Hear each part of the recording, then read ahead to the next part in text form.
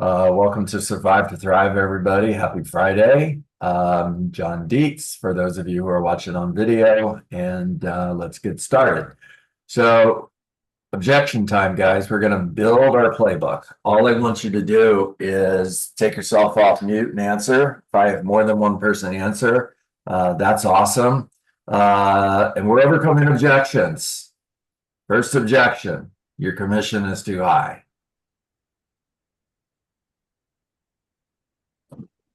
Well, you don't pay me until we actually close. So Okay. you like the offer that you receive. All right, Brian. I'm good with that. Anybody else want? Well, if you have an agent that is willing to reduce their commission, are they going to be negotiating in your best interest? I mean, they're going to take less money. Does it matter if you take less money? Are they Okay. going to really be negotiating in your best interest to get you the highest offer with the best terms? Okay. All right, Sean. There's another response. Anybody else? I would just simply ask them, tell me, why do you feel that way? And then just see what they respond with, which will give us, something else to respond to that answer. Okay. So Gilbert, my response is this: other agents are offering to work for less money. Okay. And I would respond, because I get that often, and say, absolutely, it is a negotiable fee. But let me ask you, did they give you a discount before you even asked for it up front? Good question. Okay. Great question, guys. So let's say they did. Yeah. And at that point, I would explain to them that it sounds like their value proposition is 100% discount, where that's not mine. My value proposition is working hard for you and getting you the most amount of money for your house in the quickest amount of time and with as least stress as possible. At the end of the day, and most times my clients end up netting more money than when they choose a discount agent. Okay. All right. Great job. Here's what I like. We're hearing new things.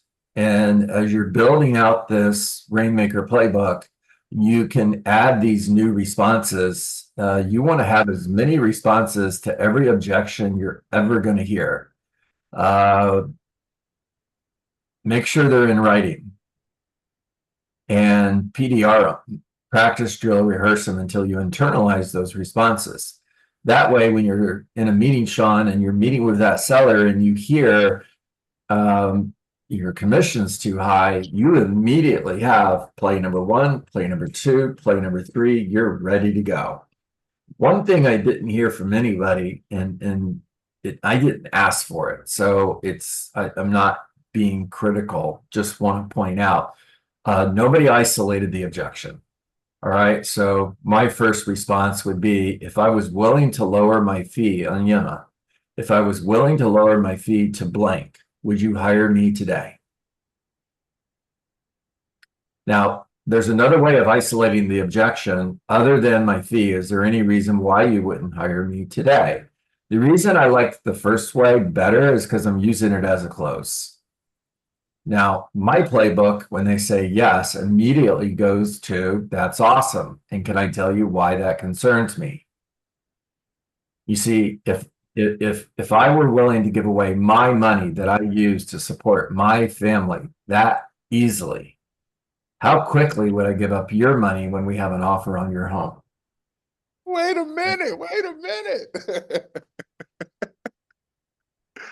And if you're asking me if my fee is negotiable, the answer is absolutely yes, just not today. When we have an offer on your home, if I need to give up money in order to make the deal work, I will, because I'm a deal maker, not a deal breaker. Love it.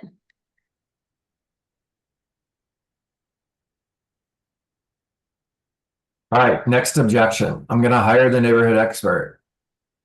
Who wants it?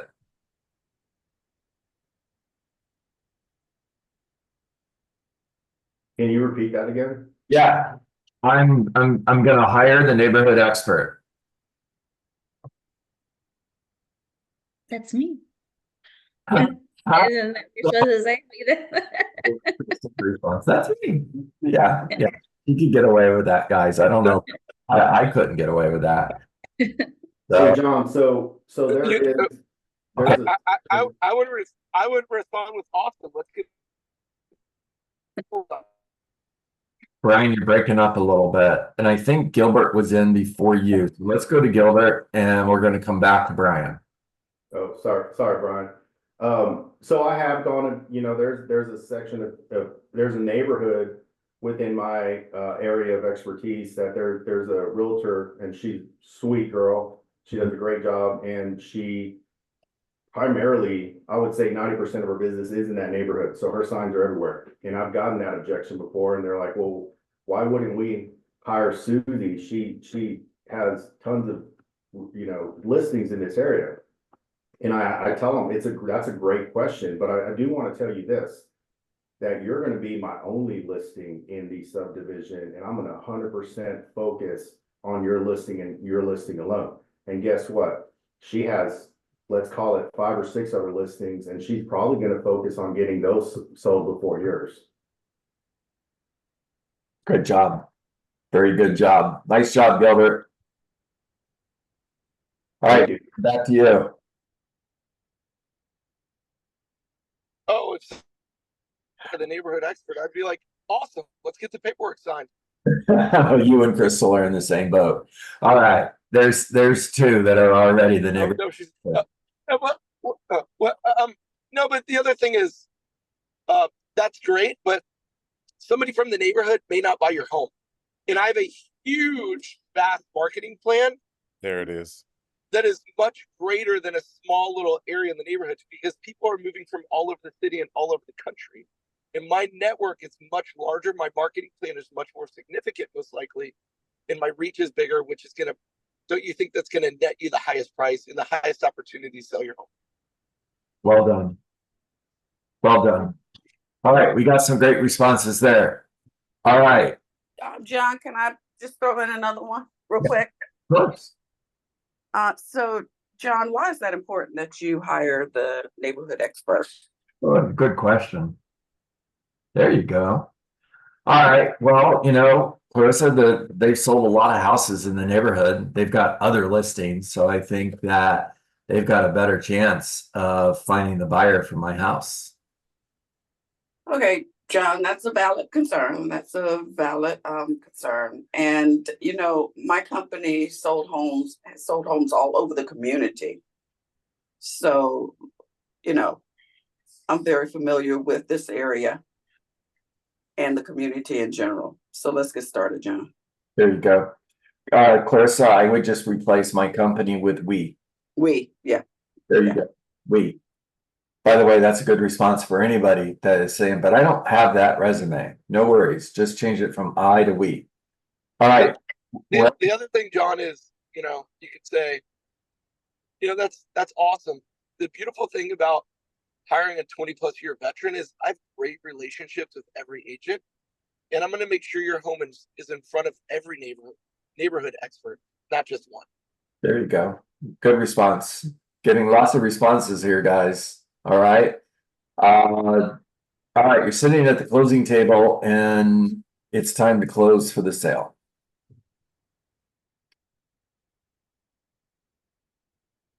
That was it. I'm waiting for somebody to take themselves off mute and close. On a scale of 1 to 10, are you ready to get going today? Okay. There's one response.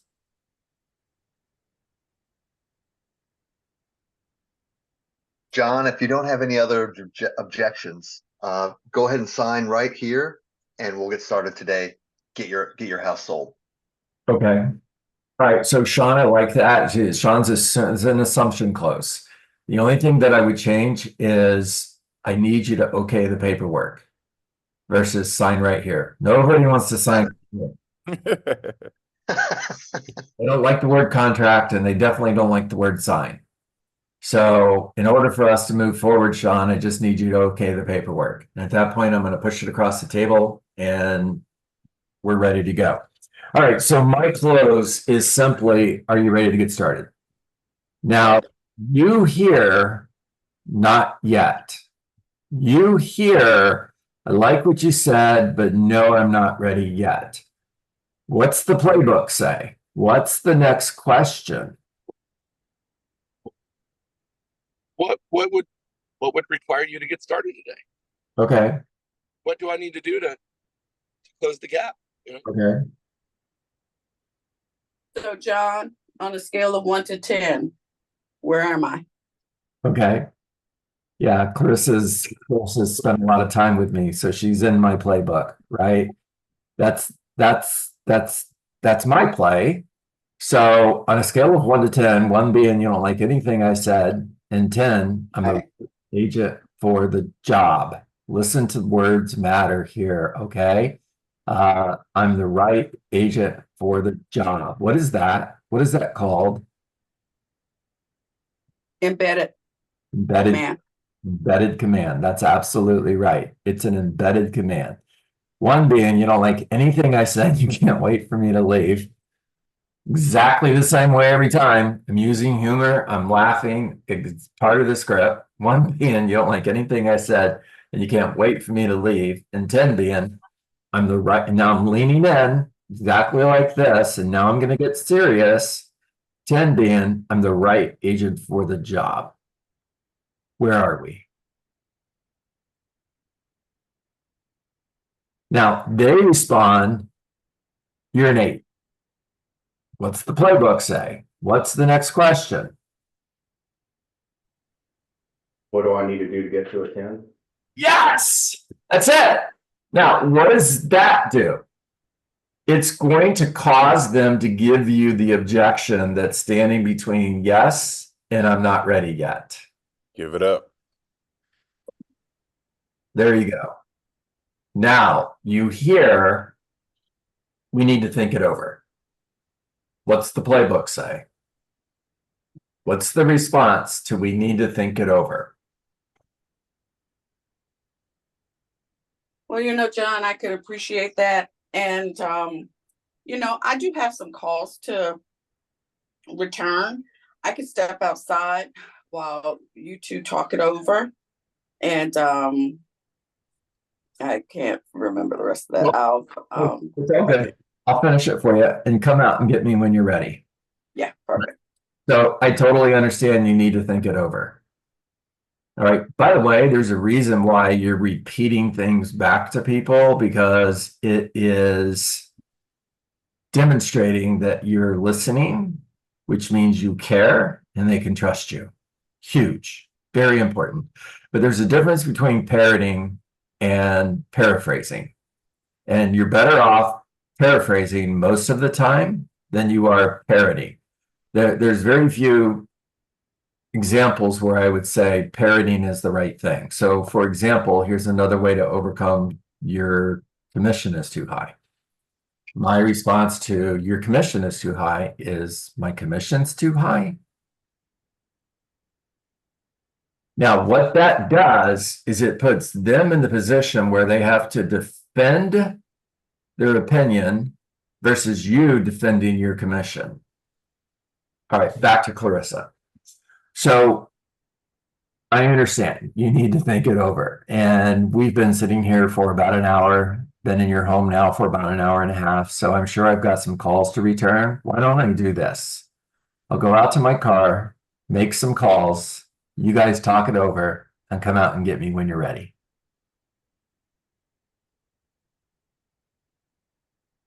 Now, if you're asking yourself, does that work? The answer is yes, it does. And I've taken several listings doing that.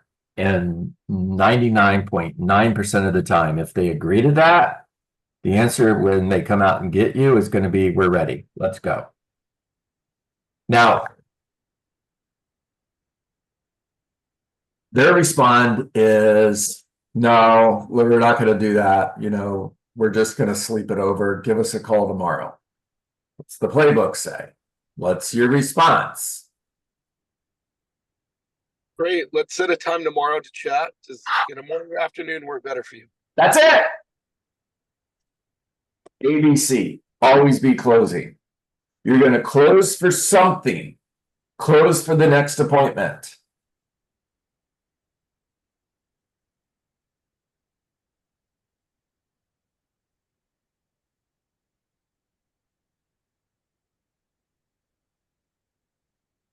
I've got 9:27. So that's a wrap. This is fire. This is a lot of good food for sure. Yeah, it's very good. Very good. Hey, John, yesterday I used every play that we had in the playbook yesterday. Had a listing appointment. Guy wanted to list his house for at least 800,000. I'm suggesting 675. And when I gave him the if you bought this house in regards to the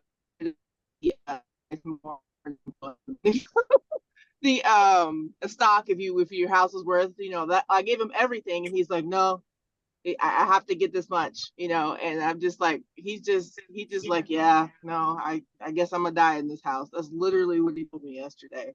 So I'm gonna follow up with an email. What are some suggestions you would say? What play would I throw at him? My play to, I guess I'm gonna die in this house is, when are you gonna do that so I can call your kids? Okay. Damn, bro.